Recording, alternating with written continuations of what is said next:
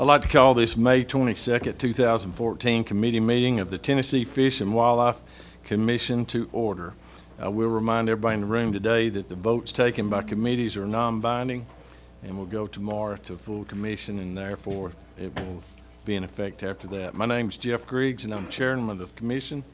And at this time I'd like to ask everybody in the room, if you have a cell phone, please turn it to vibrate or mute. If you do have to take a call, I'd ask that you step out in the lobby before you take it. Also, there's a tablet that'll be passed around the room in just a minute. If you would, put your name on that tablet. If you're here representing a group, please put the name of that group out beside it and your purpose for being here today. Before I go any further into the agenda, I would like to take this opportunity to introduce to everybody our newest member to the commission. Mr. Chad Baker is from Bristol, Tennessee, as Commissioner McMillan says, and he will be representing District 1, which is comprised of 13 counties. Mr. Baker is a member of the Northeast Tennessee Retrievers Club, the Association of General Contractors, and also the Tennessee Road Builders Association. He is in active training and competition with Labrador Retrievers. He won the National Retrieving Championship in 2011 and 2012, winning with a different lab each year. He also enjoys tournament bass fishing, waterfowl hunting, and big game hunting. He is a past champion of a Bassmaster fishing tournament. He and his wife Paige have a daughter Ira and a son named Wick. And help me and welcome Chad to our commission.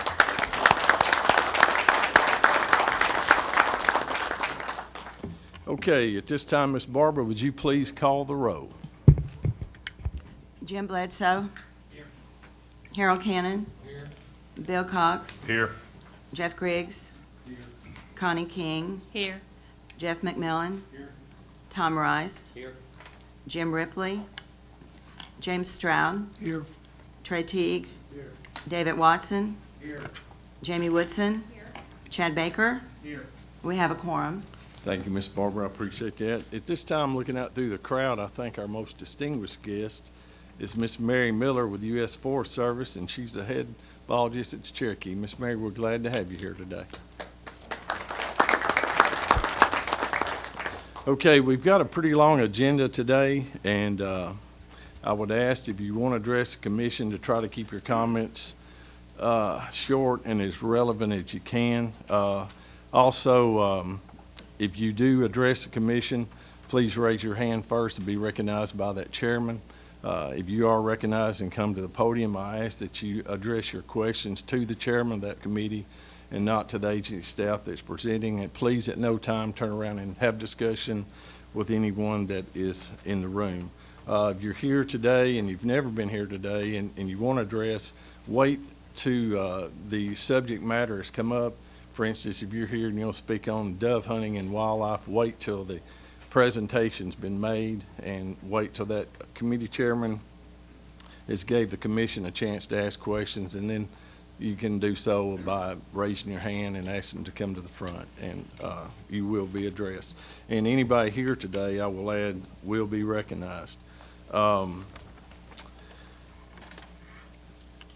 guess, Mr. Ed, do you have any announcements?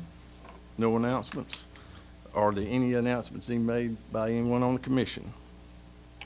All right, if not, I will turn the meeting over to our Wildlife Management Committee Chairman, Ms. Jamie Woodson. Thank you, Mr. Chairman. I will go ahead and get started with Mark Fly with the University of Tennessee to talk about the user survey methodology. Thank you very much. Quick. My name is Mark Fly, and I'm a professor in the Department of Forestry, Wildlife, and Fisheries at UT Knoxville. I'm originally from Murray County, where I grew up on a farm on the Duck River, a few miles from Fly, Tennessee, and where I hunted and fished and everything in my childhood.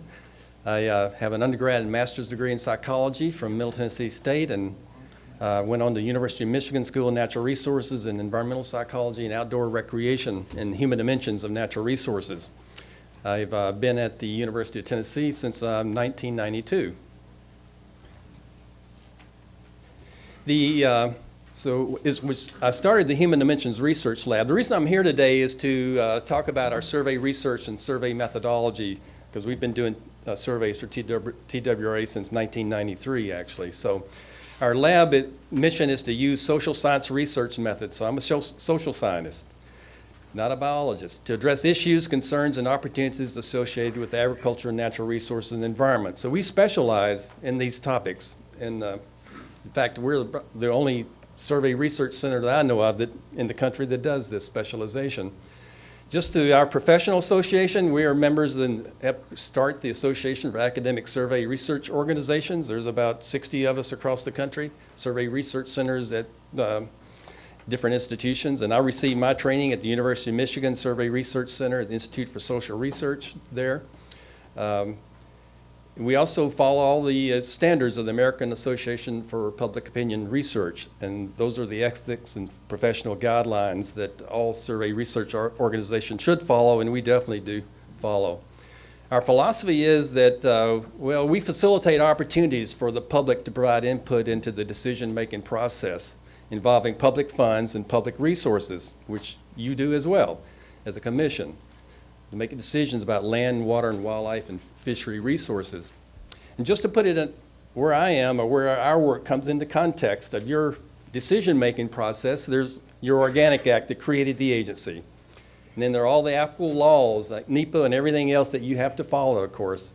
And then there's historical precedent, what's been done in the past. And then there's biological data. You're going to hear, I'm sure, some about that this afternoon. And there's also social data. So the role that we play is to provide social data to contribute to that decision-making process. So what kind of tools do we use? We are a full-service survey research center. We do, whoops. Well, that was, let me skip, I'm going to skip that and go to the beginning. And I'm going to go to this.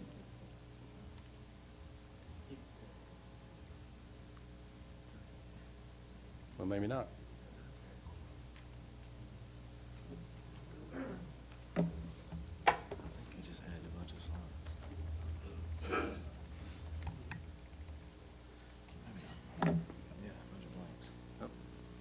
sure how that happened. So, let me grab my hard copy.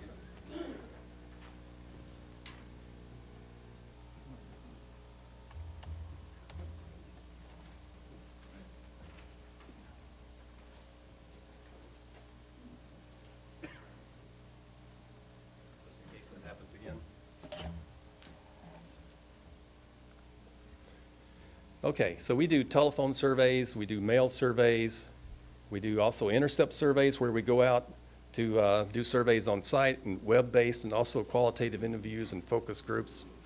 Here's some of our current and past partners, at least 4 state agencies, you all, Department of Environment and Conservation. We did the State Recreation Survey for the State Recreation Plan, Tennessee 2020, A Vision for Parks, People, and Landscapes, which I'm co-author on. The Division of Forestry for their strategic plan, and also doing work with Project Diabetes and Outdoors and Nature's role in health in children. Projects we have with the National Science Foundation, looking at the TVA ash spill in Kingston, the Forest Service, the Center for Disease Control. We also did over 150,000 telephone interviews for the National Survey on Recreation and Environment, which you can Google. We gather the survey data for all the national forests in Tennessee and North Carolina and the Chattahoochee and in Georgia. We've surveyed people on site at all but 2 reservoirs for TVA and many other projects over the years. So what do we measure? Well, there's 6 things that we measure. One is behavior. What do people do? For example, participation rates in hunting and fishing. What do people know about regulations, or how familiar are they with the agency, for example? Their knowledge, their perceptions. So what do they perceive? What, the health of the deer or the quail population and so on. So then how about attitudes? What's their opinions and what's their satisfaction with TWRA programs? And then preferences is what do they want? And then finally demographic characteristics, and who are they? And who believes this and who believes that? Or who participates in these different hunting and fishing activities. These TWRA surveys are agency driven. They're based on the agency's ongoing information needs, and they also allow for special surveys.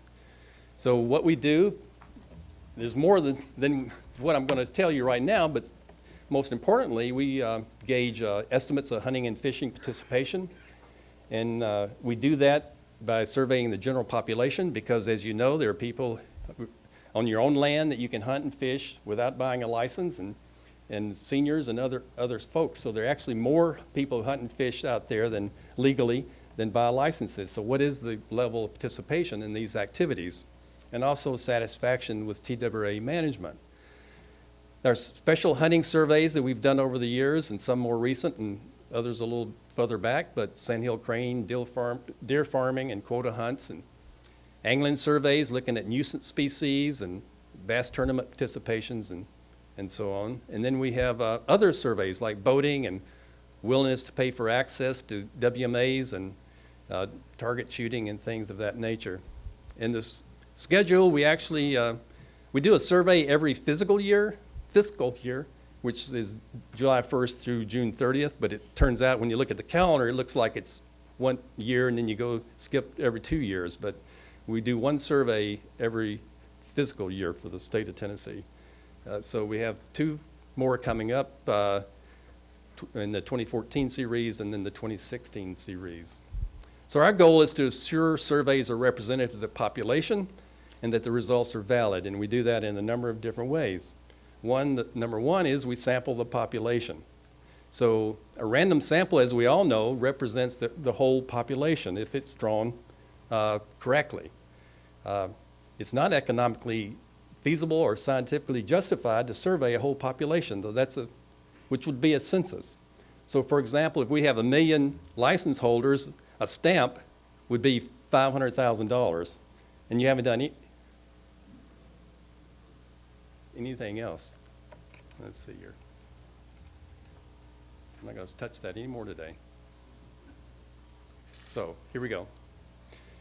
So in any case, this is based on all statistics, and if you actually read the polls that come out from Gallup and others, or the political polls and others, they talk about surveying 1,000 people or 1,200 people across the United States, and they say plus or minus 3% error rate. So you can sample size, if it's drawn properly, 400 people, and it gives you a confidence interval of 95%. So if you have a 50-50 split, then the probability that the results actually fall in that range from 45 to 55. Maybe I'm leaning on it.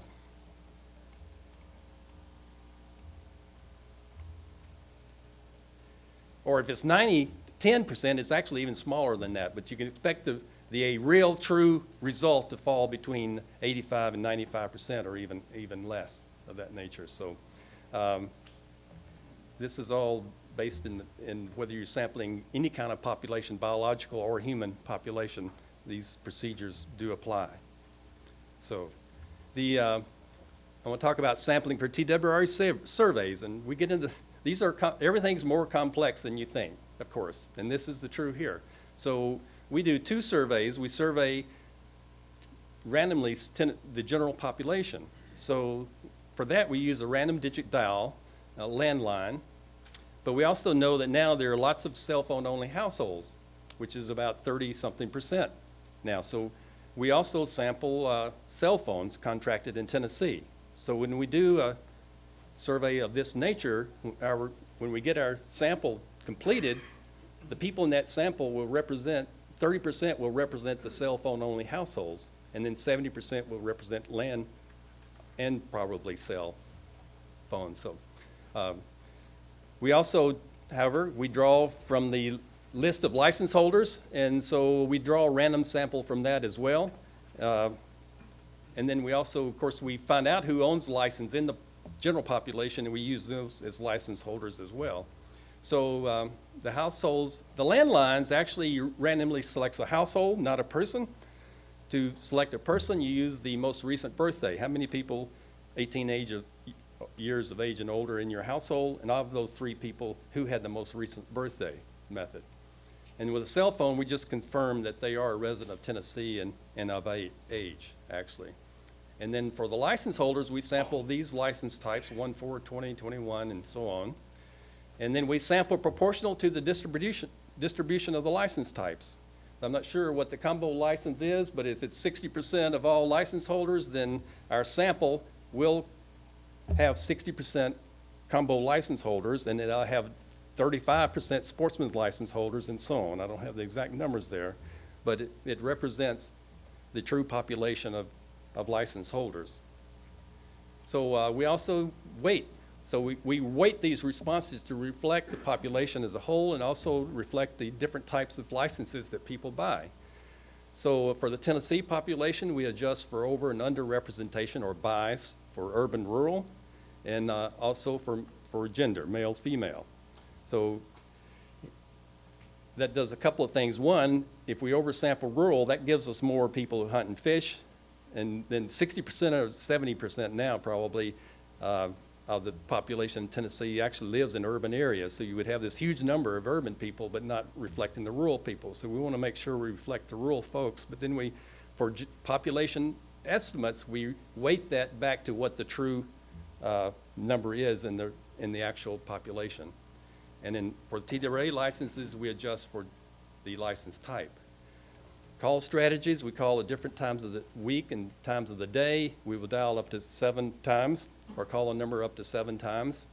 And if a person refuses, we ask answer one question: do you hunt or fish? So that helps us know whether or not we're getting a bias toward, well, the ones who kind of think, well, I might be interested in doing this from being oversampled in the population. So this way we know more about who's refusing, who isn't. And then question structure. Of course, we've had questions we've asked for for 20 years, actually. We also structure them to prevent favoring a particular answer. And sometimes if you give them a choice to choose from, we actually, the computer will randomize that list of choices. So they're not getting the first thing first every time and the last every time, just for example. And we also look hard at semantics to make sure that we don't introduce bias into the decision-making process. So how do we conduct telephone surveys, which like we do for TWA? We have a computer-aided telephone interviewing system with 12 computer stations. And we have supervisors and interviewers, and this is a picture of our lab where we do calling. And then the computer dials a number, it schedules callbacks. It's not a good time right now. But the data actually entered as the people are asking questions, and of course the computer doesn't accept missing data or out of range answers and things of that nature. We purchase our phone numbers from Survey Sampling Incorporated out of Connecticut, which many survey and polling firms will do. There's more than one company that sells those, however. And of course we do ask, is this a good time, and schedule callbacks. And then the quality control measures. And we do productivity reports by individual and nightly and cumulatively, and we monitor every night, every caller. So, and how do we do that? We do it by listening auditorily to their as they're talking to people, and visually we can actually observe and see what they're doing and then walk through. But electronically, as we're listening, we can also make sure they're typing in what they are actually being told over the phone. So we have these quality control measures, which probably have the highest standards. There's places that don't go this far as we do. So this is our supervisor who observes through there. And then that's basically the process, and some probably greater detail than you might need to know. But I'd be glad to answer any questions about our surveys and how we go about doing it. Are there any questions for Dr. Fly? Actually, a little, everybody's worn out from talking finance. Yep, correct. Commissioner Bledsoe and then Commissioner Teague. Oh, if that works for y'all. Go ahead and let Mr. Teague go. Commissioner Teague. I was just wondering of all your students if I was one of the best ones, most attentive, what'd you say? Or You were definitely right up there. maybe the largest? The largest, maybe? At least when you made it to class. Right. Well, I did good in the spring. I'm just kidding. He was there. Spring, I had great attendance. The coach made sure he was there. That's right. Well, thanks for your Yeah. coming to see us today. And I'm it's glad good to be see you. here It's and been a glad to help while. out anytime I can. Commissioner Bledsoe? I didn't really have a question. I just wanted to commend what y'all do, and it benefits us greatly in getting all the information that we can to make a educated decision. So we really appreciate it. I'm glad to be here, and, I know y'all have some tough questions coming up. I sat in at lunch and so on. I think there's some ways that we could help out there, too. Right. Actually, and maybe some existing things we've actually already done with some of the other surveys and looking at the national data, too, that can tell us some information as well. And, I'm passionate about our natural resources and environment in Tennessee and this agency and all our natural resource agencies, and we're more than willing and trained to help. Well, thank you, and I really appreciate your walking through how you try to accomplish reliability in your data. It is really challenging. We visit with hunters and sportsmen one-on-one frequently, and I did my training at the University of Tennessee and what little survey research training I've done, and I very much appreciate the efforts that are taken to really try to get at what is the opinion of our license holders across the state and the users of our resources. And so that's not an easy thing to do, and just acknowledging where there might thank be you. potential bias or not. I very much value that, and I know the members of the commission And we do work really too. hard to do the best at it. And Yeah. I know in the private sector, and sometimes you don't see is going to the level extent that we do here. But this is true. What we do is true of academic institutions, which typically have a little higher standard. Great. Any other question, members? Okay, thank you very much. And then next, we'll get into the, Chief Radajak, welcome. You're gonna be up for a while, I think, although I think you'll be passing off a little bit. No, he says. Welcome. Thank you, Chairman Woodson. I also want to thank Dr. Fly. Last month when I came before the commission to address everyone, the commission as well as the public, and present the 2014-15 deer hunting season recommendations, oftentimes a lot of the justifications that we provide for some of our recommendations are based on that UT survey, and I tend to throw it out casually. And oftentimes when people look at it and they see the number of individuals that were sampled, they think that there was not a lot of effort. And I think it's a tremendous justice to have Dr. Fly come up and explain the whole process on how these scientific surveys are done, and there is a true science to them. And so I thank Dr. Fly for his attendance today.